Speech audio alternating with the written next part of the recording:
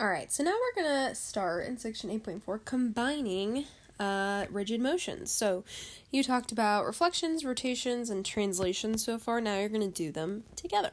So, for example, in this picture right here, you have this quadrilateral that's being reflected and then rotated.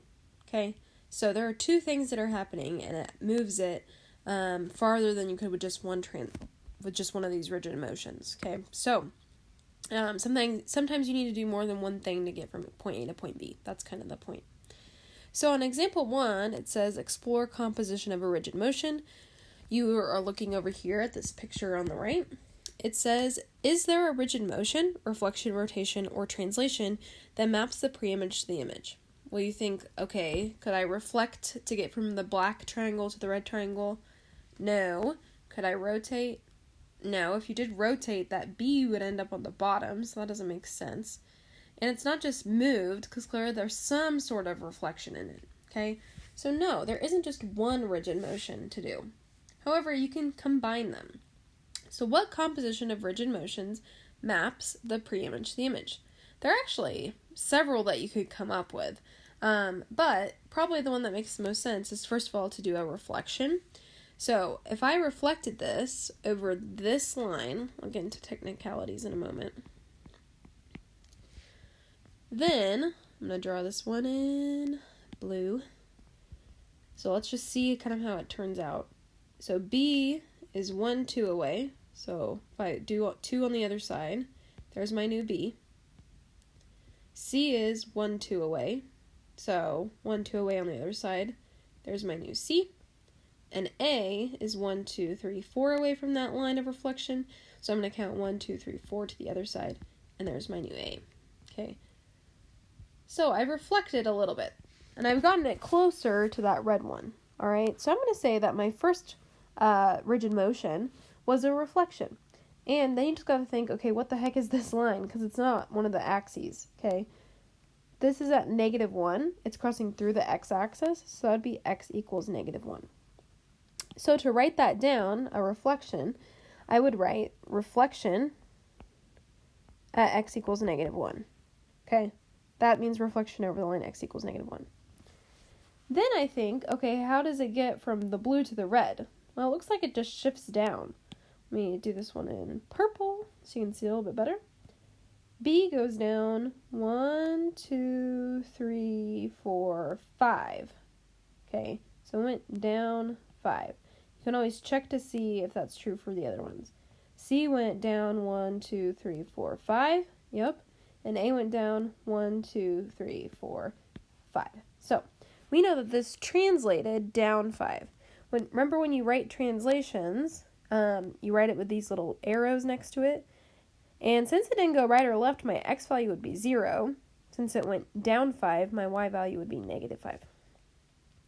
Okay, so to actually write a composition of rigid motions, there is a particular format that you'll see on the homework. So the way that I'll write this, I write the second rigid motion first, which is weird, but that's a big thing in composition of functions that you'll get into as you go higher up in math as well.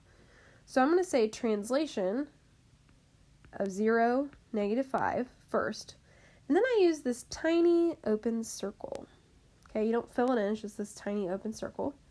So translation followed by reflection over the line x equals -1. Close my parentheses, so that shows me that's my composition of functions. And then in my next set of parentheses, I put my pre-image. So in this case, my pre-image would be triangle ABC. So triangle ABC. So doing that composition of functions to triangle ABC, that gives you your image, okay? So you go from pre-image to image. Your image is this red one down here. So that one's A prime, B prime, C prime. So that gives me triangle A prime, B prime, C prime. And there is my answer. That is the fancy notation for that. So there is a fancy word for what we just did called glide reflection. So your definition of a glide reflection is this.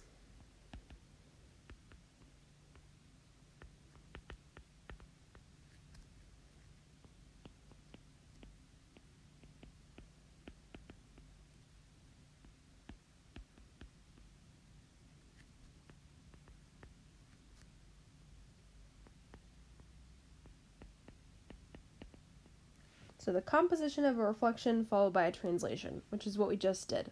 Okay, so you reflect first, then you translate. All right, then on example 2, it says use the rule T10 of R over the x-axis to graph and label the glide reflection of RSTV. So first of all, what I'm going to do is I'm going to, again, do the second part first. So I'm going to reflect this over the x-axis. So once again, your x-axis, that's this. That's going to be our line of reflection. So I'm going to count out each one of those from there, and I'll do the first one in blue. R is 1, 2 away from the x-axis. So 1, 2. Here I'm going to put R prime. S is 1, 2, 3, 4, 5 away from the x-axis. So I'm going to count down 1, 2, 3, 4, 5 and label that S prime. V and T were both below the line to start with, so when I reflect, they'll be above. V is 1, 2 away, so I'm going to count up 1, 2. There's my V prime. And then T is 1, 2, 3, 4 away, and I go up 2, 3, 4 to get my T prime. And I can connect those to make the first image. Okay, this might help you keep track of where you're going. Then I do the second part, which is the translation. So if my translation has an x value of 1, that means I'm going to the right one, and I don't have to go up or down, because that's just 0. So I'm going to do this one in red now. I'm going to go to the right one. So T, I'm going to move over right one, and I'm going to label that one T prime prime. So that's my second image. V is over 1. I'm going to label it V prime prime. R over 1. Give me R prime prime. And S prime over 1. Oops. Gives me S prime prime. Then I can connect those to finalize my image. It's kind of hard to draw that on the iPad. So, what does this mean? Well, R prime prime, S prime prime, T, V prime prime, which is the shape you just drew in red, RSTV prime prime is the glide reflection